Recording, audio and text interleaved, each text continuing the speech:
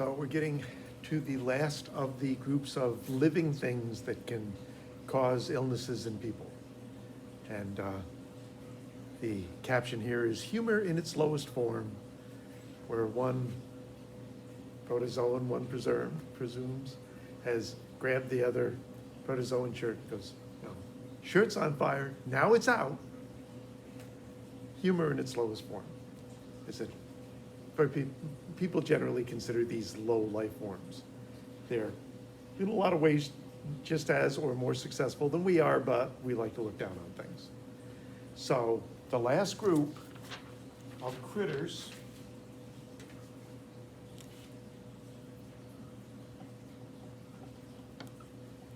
are the arthropods. The crispy critters. These are guys with a solid exoskeleton, or at least a rigid exoskeleton, that covers everything, covers their bodies and their legs, and everything articulates. That's why it's a skeleton. And it's insects, and it's spiders, and it's mites, and it's ticks. So lots and lots and lots of little crispy critters. And they impact us in a number of ways.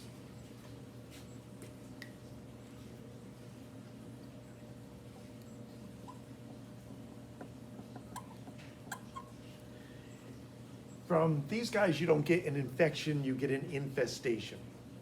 So if you had mites, and there are certain types of mites like chiggers that invade our tissues and kind of live just under the surface and cause all sorts of annoyances. And if you had a lot of fleas, there would be a flea infestation. These typically are not that bad health-wise unless they're carrying some sort of disease, and that is a big deal with arthropods.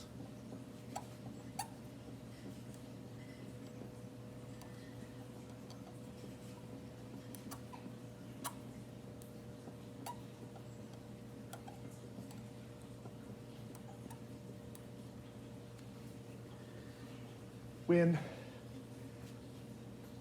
mosquitoes carry malaria, when mosquitoes carry West Nile, they're vectors, is that they carry the disease from one host to another host.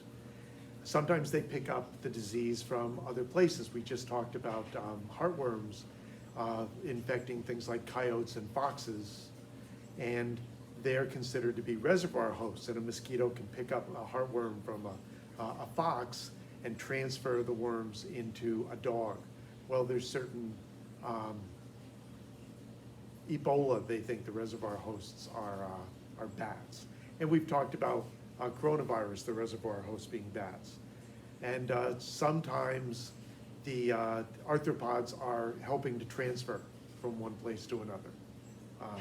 So they're vectors, and very often they're not just going from person to person, they're going from one sort of animal to persons. Around here, your major issue with arthropods is allergies.